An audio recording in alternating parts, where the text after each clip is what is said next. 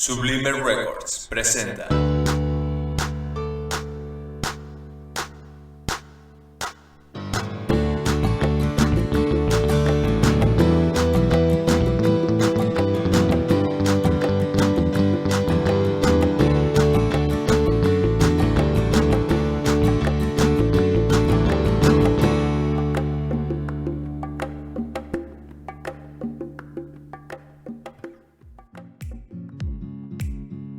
¡Holis! Bienvenidos a Burbuja Literaria. Yo soy Katia León y en esta ocasión vamos a platicar sobre un cuento que se titula 15, de la autora mexicana Nora de la Cruz. Estoy segura de que muchos de ustedes se sentirán identificados con algunas partes del cuento, ya que todos alguna vez hemos ido a una fiesta de 15 años, ya sea que fuéramos nosotras las festejadas o tal vez nuestra hermana, prima o amiga. Si eres mexicano, has ido al menos a una fiesta de 15 años. Más allá de eso, espero que les guste el cuento, pero sobre todo que lo disfruten. Bueno, pues la verdad es que estoy muy emocionada porque el día de hoy tenemos a una autora actual. Nora de la Cruz en el año 2015 publicó 2 libros, el primero titulado La 2B y el segundo, Rodrigo González, El sacerdote rupestre, y en el año 2018 publicó otros 2 libros titulados Orillas y Te amaba y me chingaste. Además, ha publicado relatos, artículos, reseñas y entrevistas en medios como Vozdata, Hoja Blanca, La fábrica de mitos urbanos, Distintas latitudes, Milenio y Casa del tiempo, además de 2 minificciones publicadas en Escritoras MX. Les platico que Nora de la Cruz es originaria del Estado de México. Nació en 1983 y tiene un doctorado en Humanidades por la UAM. Además, realizó estudios en Letras Hispánicas, Didáctica y Creación Literaria en la UNAM, la UAM y la Universidad del Claustro de Sor Juana. Así que como pueden ver, esta mujer sabe lo que hace cuando escribe y la verdad es que es buenísima. El cuento que escucharán en unos momentos más pertenece a un libro titulado Orillas, en el cual la autora mexicana les da protagonismo a personajes marginales ubicados en escenarios de la Ciudad de México y el Estado de México. En general, todos los relatos del libro me gustan mucho, pero tenía que escoger alguno para compartir en este capítulo con ustedes. Así que sin más preámbulos, aunque probablemente ustedes ya saben de qué cuento les estoy hablando debido al título del capítulo, les presento el cuento 15 de Nora de la Cruz.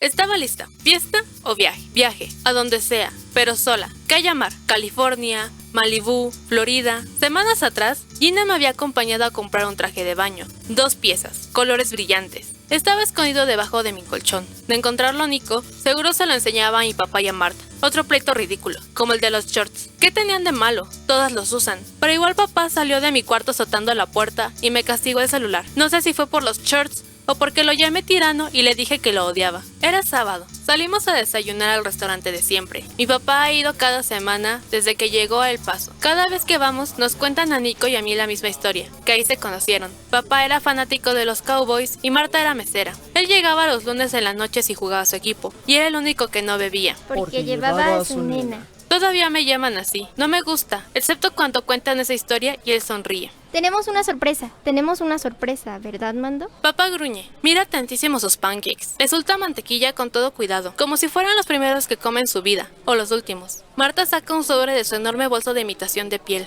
Happy birthday, nena. Dice al entregármelo, aunque faltan 3 meses. Papá pone más mantequilla en su cuchillo. Vuelve a untar. What's that, mommy? No sé, baby. Dile a tu hermanita que lo abra. Son boletos de avión a nombre de Mrs. Incelia Quiroz. Destino, México. Miro a papá. En silencio dibuja sobre sus pancakes círculos de miel.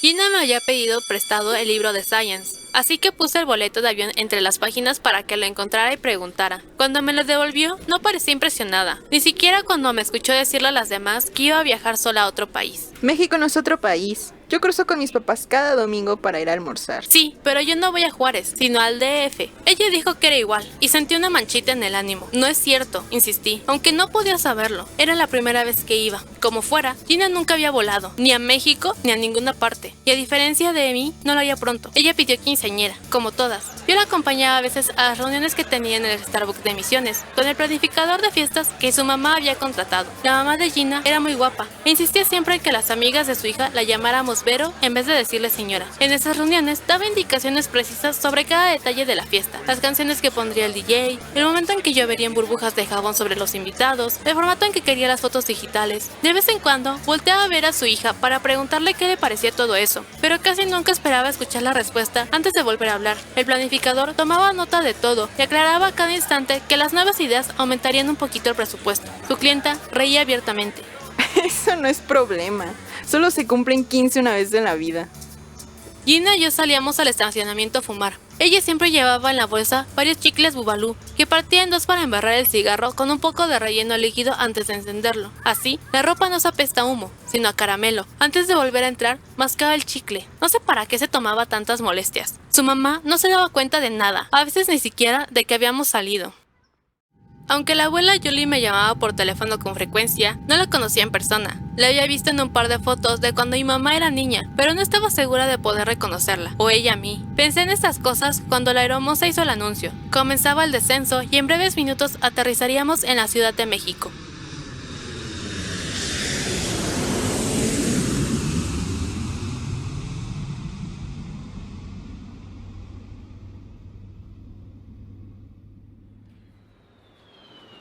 Para cuando me entregaron mi equipaje, me sudaban las manos y podía sentir los latidos de mi corazón golpeteando en mis sienes. Encendí el teléfono para mandar un mensaje a papá, pero no tenía señal y el wifi del aeropuerto no funcionaba bien. Crucé el umbral de la aduana, convencida de que me encontraba perdida a miles de kilómetros de mi casa, cuando dos personas se me acercaron. La mujer era un poco más bajita que yo, morena, llevaba un traje sastre color lavanda que había sido elegante hace 40 años. Unos pasos detrás de ella, un hombre alto, blanco, de cabello y cejas negrísimas, me miraba con curiosidad. ¿Isela? ¡Ay, abuela!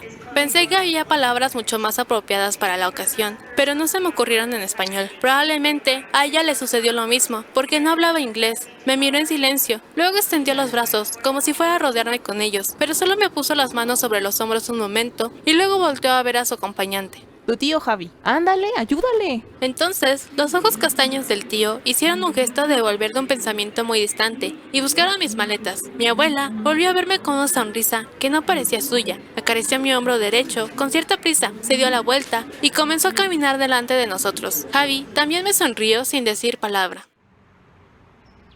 Los seguí al estacionamiento, donde nos esperaba una vieja pick-up roja. Mis maletas ya estaban en la caja y nosotros en la cabina. De pronto, la abuela hizo un gesto de recordar algo urgente. ¿Ya comiste? Me preguntó, y al hacerlo, unió todos los dedos de la mano derecha y la llevó hacia su boca, como si no estuviera segura de que yo fuera la misma con quien había hablado por teléfono en español durante todos estos años. Yo tenía hambre, pero me dio vergüenza decirlo. Respondí a su pregunta con un sí muy quedo y una inclinación de cabeza. Sin decir nada, Javi giró la llave para encender el motor. Los tres miramos al frente. No cruzamos palabra en todo el camino. Papá siempre me dijo que los abuelos vivían en México, pero se refería al país, no a la ciudad. Su casa estaba en San José del Vidrio, un pueblo del que yo nunca había oído hablar y en el que yo pasaría una semana. No había mucho que conocer, una iglesia, un mercado, cerros tupidos de árboles y las casas de muchos parientes a los que no había oído nombrar ni siquiera una vez. La pick-up se estacionó en un patio de tierra que estaba frente a tres casas chaparras de tabicón. Junto a la puerta de entrada, una pileta y un lavadero de cemento. En cuanto llegamos, de las casas salieron niños y niñas de diferentes edades. En cuanto cerró la puerta, algunos eran mis primos, otros eran sus vecinos. No lo sabía hasta entonces, pero yo era la nieta mayor. El más pequeño tenía 3 años. Cuando bajé de la camioneta, saludé con la mano a la pequeña multitud. Nadie me respondió. Seguí a mi abuela hacia una de las casas, la suya, dando la espalda a los niños. Escuché que uno le decía a otro: ¿No que tu prima era gringa? Está bien prieta. Mi abuela me llevó a la habitación en la que iba a dormir. Salió un momento y volvió con un pan dulce y café con leche. Merienda, mija, ya te dejo descansar. Me di cuenta de que no sabía dónde había ido, o a qué, ni entre quiénes me encontraba. Mi teléfono todavía no tenía señal, y me daba pena usar el de la casa para hacer una llamada de larga distancia. Tenía hambre, el pan y el café estaban deliciosos, y me reconfortaron de inmediato. Era temprano para dormir, podía leer un rato el libro que Gina me había prestado para el viaje. Nadie lo dijo, pero esa era la recámara de mi mamá. Los muebles, a pesar del cuidado, se veían desgastados. Había calcomanías de gatitos pegadas alrededor del espejo del tocador, algunas ya casi desvanecidas. Hurgué un rato entre los cajones y encontré ropa más o menos de mi talla, pero no me atreví a probarme nada. En el ropero había zapatos, casi todos bajos, y un solo par de tacón, unas zapatillas lisas color crema. En el tocador había un esmalte de uñas rojo y un frasco de perfume sin etiqueta. Acerqué el atomizador al dorso de mi muñeca lo más que pude y lo apreté. Una gota gruesa explotó sobre mi piel, escurrió un poco en mi zapato. Olía a mi mamá vestida de blanco en la puerta de la iglesia, del brazo de mi papá, a su sonrisa en la foto que más me gustaba de ella. En uno de los cajones de la cómoda había una caja de pañuelos forrada con listones y encajes. En un lado tenía un trozo de tela donde se leía Floricela, bordado en manuscritas. Del otro lado, un listón rosa decía secreto. Pesaba un poco, no la abrí. Me imaginé a una hija mía de 15 años hurgando en mi habitación y volví a guardarle de inmediato.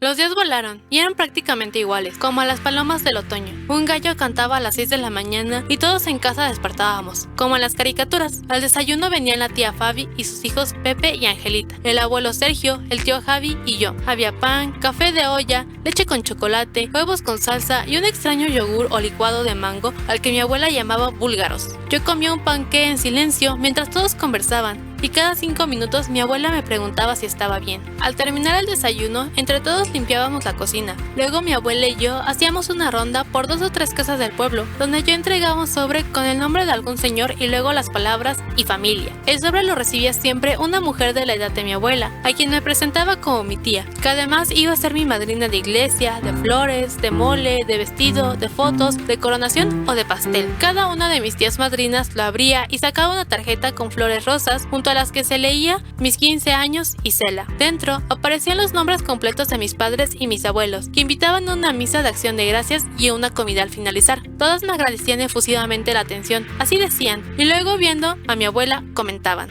es idéntica a su mamá, como si fuera lo más sorprendente del mundo. Mi abuela sonreía. De camino pasábamos a casa de la maestra costurera, una señora muy morena y llena de arrugas, que solo el primer día nos recibió dentro de su casita, para tomarme las medidas, y luego apenas asomaba su nariz chata y anteojitos por una ventana. No es grosería, pero se me va el sol y yo con foco no puedo coser. O acabo el vestido o les hago la plática. Todo no puedo.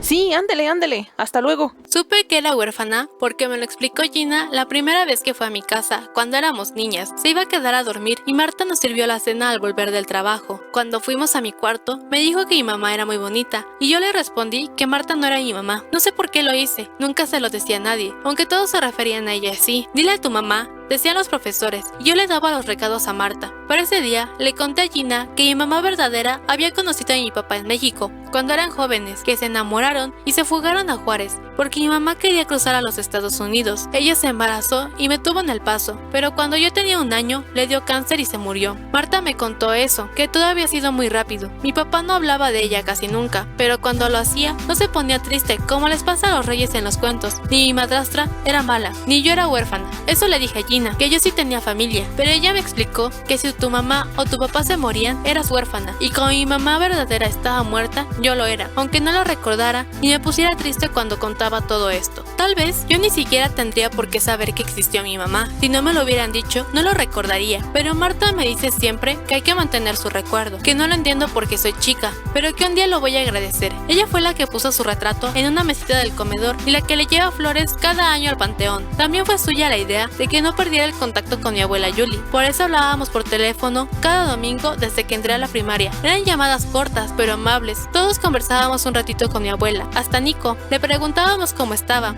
mi abuelo, mis tíos, y había recibido las fotos que le mandábamos. Le deseábamos lo mejor si iba a ser su cumpleaños y la felicitábamos si era Navidad o Día de las Madres. No soy una huérfana triste, como la de los cuentos, porque tengo a mi papá y a Marta, pero a veces, cuando la veo abrazar a Nico, o cuando me enfermo, o me regaña, me pregunto si una mamá verdadera te quiere igual que una adoptiva, o si ese secreto solo podía compartirlo con la muchacha de la foto en blanco y negro, que no mira de frente a la cámara, sino hacia un punto fuera del cuadro, y que no se sabe si está triste o contenta. Yo no quería fiesta, pero tampoco me atreví a protestar. Todo el mundo parecía muy entusiasmado con los preparativos. Mi abuela y mi tía Fabi estaban preocupadas por la comida y los adornos para el patio. Mi tío Javi y unos vecinos se encargaron de poner una lona y de conseguir mesas y sillas. Por la tarde, la tía Fabi nos enseñaba a mis primos y a mí a bailar el vals. Tendría que bailar con todos mis invitados ese día, por eso era importante que supiera hacerlo bien, ya que no había tiempo de conseguir chambelanes y ensayar una coreografía en forma. Todo el mundo tenía algo que hacer a todas horas, y sin embargo, a las 5 de la tarde el tiempo se detenía. La sala de la casa se volvía dorada con la luz del sol y mi abuela servía una charola de pan dulce, café para los mayores y una taza de té limón con nube para los niños. A mí me dejaban elegir, pero yo pedía el té de todos modos. Mi abuela se acordaba de algunas cosas y mientras ella alquilaba el sonido o conseguía el coche que me llevaría a la iglesia, yo la miraba. ¿Nos parecíamos en algo? ¿Era yo idéntica a mi mamá como decían todos? Cuando mi abuela volvía a sentarse, el café se le había enfriado y ya no quedaban más que moronas en la charola del pan, pero ella no parecía molesta nunca, ni cansada. En casa no se hablaba de otra cosa que no fuera mi fiesta de 15 años, y aún así, nadie le daba tanta importancia. De todas formas, creí que lo correcto era agradecer esa fiesta, aunque yo no la quisiera, ni lo hubiera pedido. Era como un regalo, y lo correcto era dar las gracias. Abuela Julie,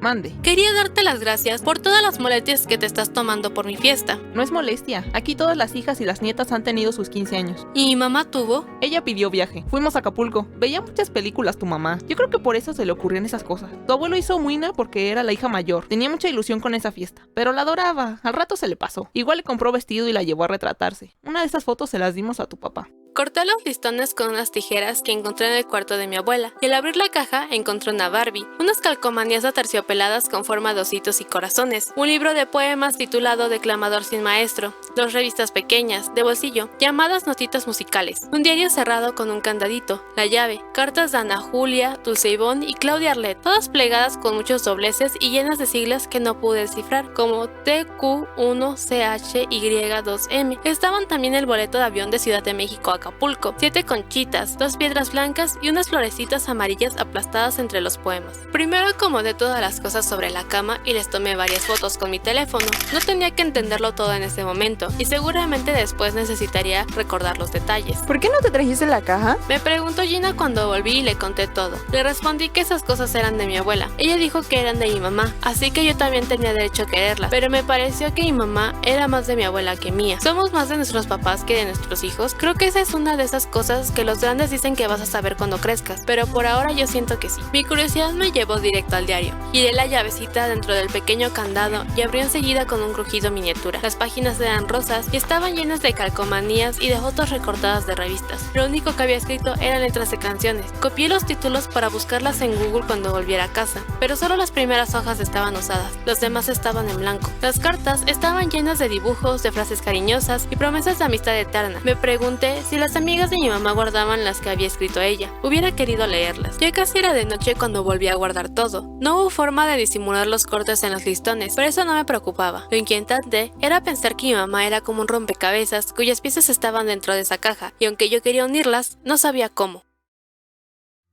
Me despertaron las mañanitas y luego mis abuelos, con un ramo de flores que me llevaron a la cama. Mis tíos y primos esperaban en la sala para desayunar conmigo y darme mi abrazo. Las flores eran muy lindas, blancas, manchadas de púrpura en el centro. Se llaman pensamientos, dijo mi tía Fabi, mientras las ponía en un florero. Eran mis primeras flores, blancas y sencillas. Tomé una y la puse a secar entre las páginas del libro que estaba leyendo. Cuando terminó el desayuno, mi tía me llevó por el vestido y a un salón de belleza que me peinaran y me maquillaran. Un auto nuevo con grandes moños de papel rosado pasó por mí para llevarme a casa y luego por mis abuelos para ir todos a la iglesia. La fiesta sería en el patio polvoso sin piso. Mis tíos y primos tiraban de cuerdas amarillas y plásticas para ajustar una lona como techo. Mis primas y algunas vecinas barrían y acomodaban las mesas y sillas. Cada pequeña acción la dirigía mi abuela, vestida con el mismo traje con el que me fue a recoger al aeropuerto. Al terminar la misa, me tomaron fotos frente a la puerta, muchísimas, con mis abuelos, con el sacerdote, con mis tíos, con mis primos, con cada padrino y madrina, con cada familia invitada. Luego volvimos a la casa. Mis abuelos y yo en el auto, los demás caminando. Los veíamos pasar junto al coche. Las calles eran muy estrechas y empinadas, así que casi todos nos rebasaron. Cuando crucé la reja de la casa, todos me aplaudieron. El patio se veía muy diferente con tantas mesas y manteles, con sus macetitas de flores silvestres forradas con papel celofán rosa, en donde debían ir los floreros. Junto a la puerta de la casa estaba mi tía Fabi, sirviendo arroz y mole de cazuelas enormes, mientras unas ancianitas hacían tortillas a mano con delantales coloridos encima de sus vestidos de fiesta. A la orilla del patio, varios hombres con botas botas y sombrero, como mi abuelo. Se unieron para sacar de un hoyo humeante el borrego hecho barbacoa. Los invitados aplaudieron otra vez al ver la carne olorosa repartida en platones al centro de cada mesa. Algunos alzaron sus vasos desechables a manera de brindis. Junto había un canacito blanco decorado con listón rosa y un moño en la tapa. En el moño decía Isela, mis 15. Iba a tomarle una foto, pero mi abuela me distrajo. Tú eres la festejada. Tienes que comer primero. ¿Qué te sirvo?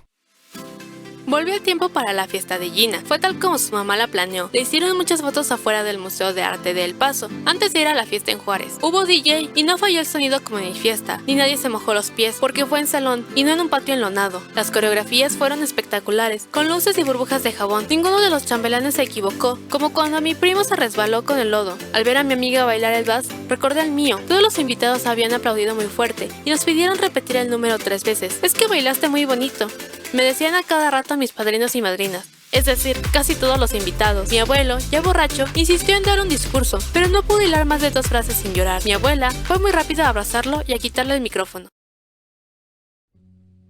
No le conté a Gina de mi fiesta, pero le escribí una carta con plumas de colores. Le decía que la había extrañado mucho y que seríamos amigas por siempre. Después de mi nombre, escribí una postdata: te quiero un chingo y 2 montones. Y luego le envolví con complicados dobleces. Esperé una semana a que me contestara para poder meter su carta en una caja forrada con masking tape de colores, donde guardé mi boleto de avión a Ciudad de México, el volumen 1 de Scott Pilgrim, el bikini león que Gina me había ayudado a escoger, la invitación a mis 15 años, con los nombres de mis padres y abuelos, y una flor ya seca, enmicada, uno de los pensamientos blancos traído de casa de mi mamá.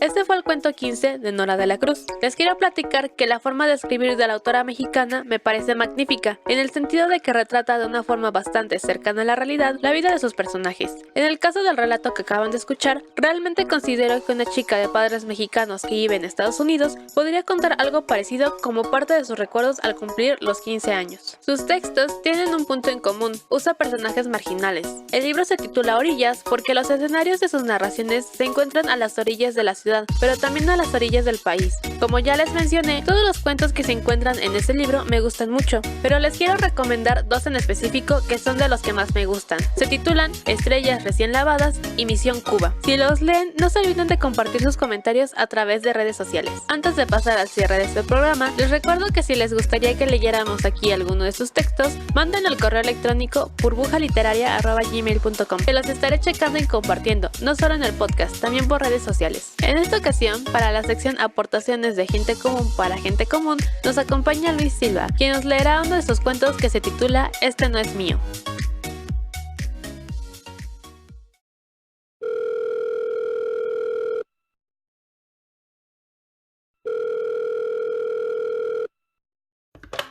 Este no es mío. A Roberto se lo comieron sus gatos. Él fue acumulando los meninos como quien no quiere la cosa, como uno recoge monedas en la calle. Recordaba la llegada del primero.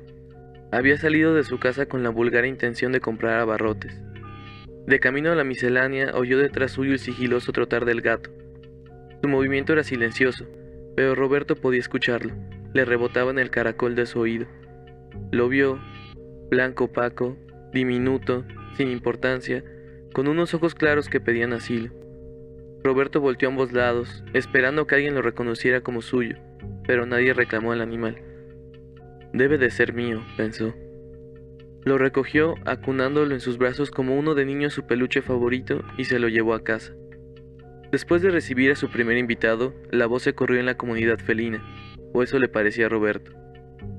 Los tigres en miniatura empezaron a llegar a su casa y él los seguía recibiendo. Su huésped inicial, que no nombró porque era de su entendido que los gatos se bautizan solos, se acomodó de inmediato en la casa.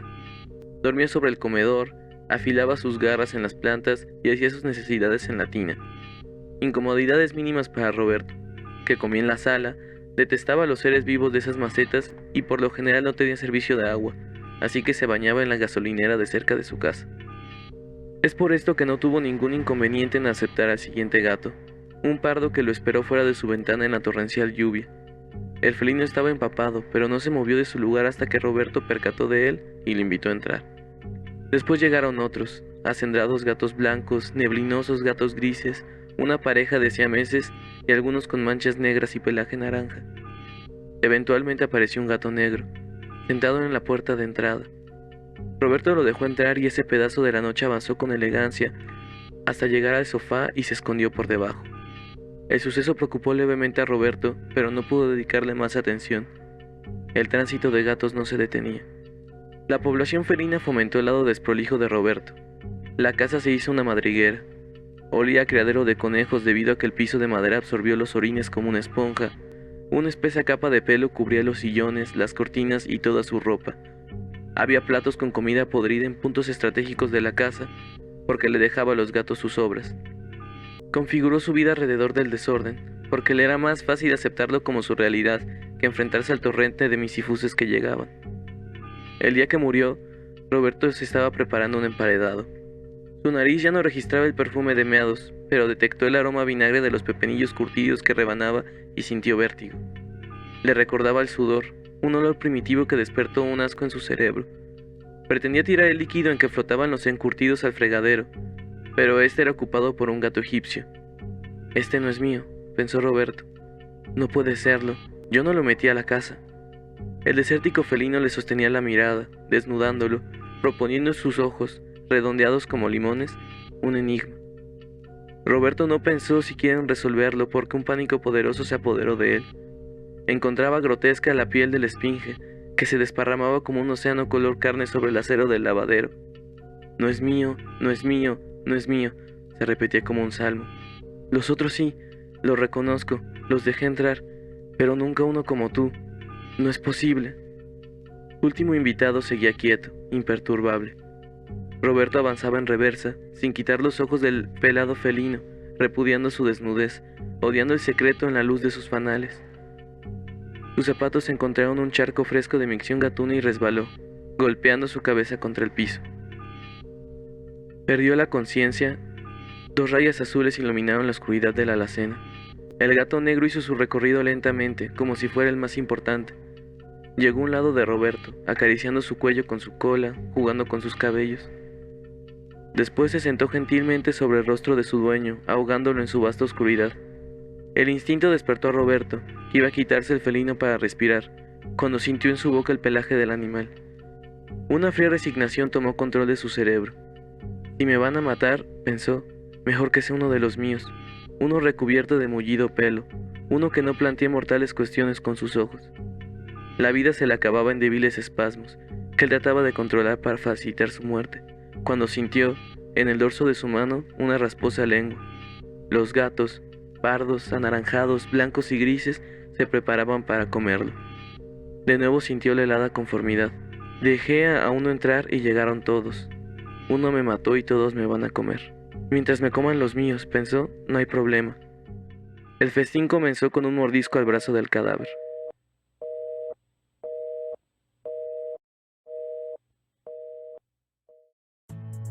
Para terminar, quiero pedirles que si les gustó este programa, me lo hagan saber a través de sus comentarios en redes sociales y que por favor compartan este podcast con sus amigos, novios o novias, familia, con todo el mundo. Acerquemos a las personas a este maravilloso universo que es la literatura. Gracias, burbujitas, por compartir este espacio conmigo. Nos escuchamos a la próxima.